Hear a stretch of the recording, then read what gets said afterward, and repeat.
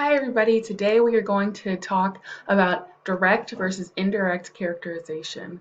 This is really important because this is how we learn and understand the characters that we're working with in a text, and it's especially important in the exposition of a story.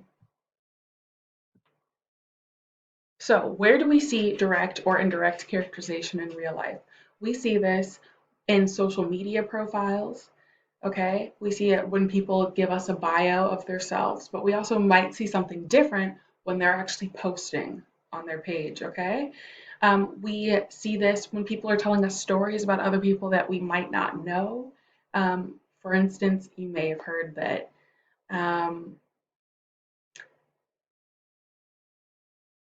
Mr. Sage was very serious about what he did and he does not play any games. That's characterization. Okay, that's when they are telling you about people that you don't know, giving you a little bit of background about them. Okay, so as we go through this, I want you to either write this down on paper or you can take notes on your phone, but this will really help you when it comes to our discussion to later on today and as you continue reading and writing your poems. Okay, so characterization is the act of creating and describing characters in literature, right? And there are two different ways that this is done.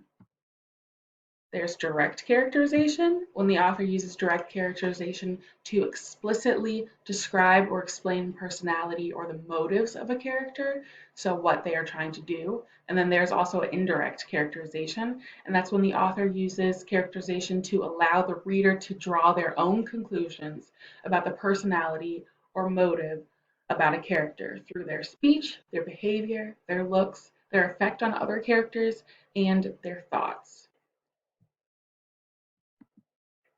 So let's talk about direct characterization a little bit more. That's the same definition as before, but that is when they are being very straightforward, okay? They are telling you exactly what they want you to know about this character. So, for example, using somebody from school, Miss Kuhn. It says Miss Kuhn was very knowledgeable about graduation requirements. We can tell from this because we've told you straightforward, Miss Kuhn is knowledgeable, okay? She knows a lot, so we know that about her character. In terms of indirect characterization, we're going to have to kind of dig a little bit deeper and make some assumptions based on the information that we are given about Ms. Kuhn. Okay, so Ms. Kuhn studied for years, fighting through blood, sweat, and tears to make sure the information she would give out to students was helpful and correct. We learn here that Ms. Kuhn is a hard worker and she's dedicated to her job. And we still know that she's trustworthy because she's working very hard to make sure she's giving out the correct information. All right. But that doesn't say Ms. Kuhn is a hard worker. Instead, it says she studied for years. She fought through blood, sweat, and tears. Okay. She's determined. So when we take it back to Brown Girl Dreaming, we've got some different quotes, and I want to go over the types of characterizations that these are, okay? So my examples of direct characterization. In the photos, my grandfather is taller than everybody, and my grandmother is just an inch smaller.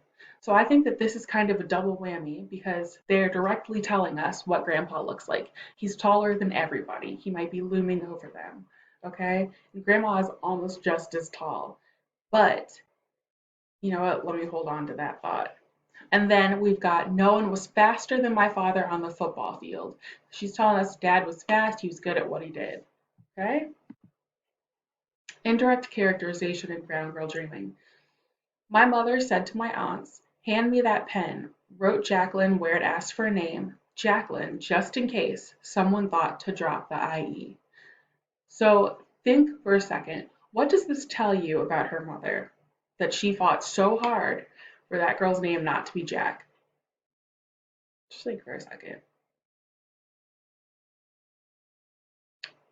What this tells me as a reader is that mom is stubborn a little bit and she's very um, sure of what she wants. Okay, because in this poem, dad was saying it'll make her big, tough, and strong. So that tells us what's important to dad. But mom said, no, her name's not going to be Jack, and there's not even going to be a way that anybody wants to call her Jack. her name is going to be Jacqueline. Okay?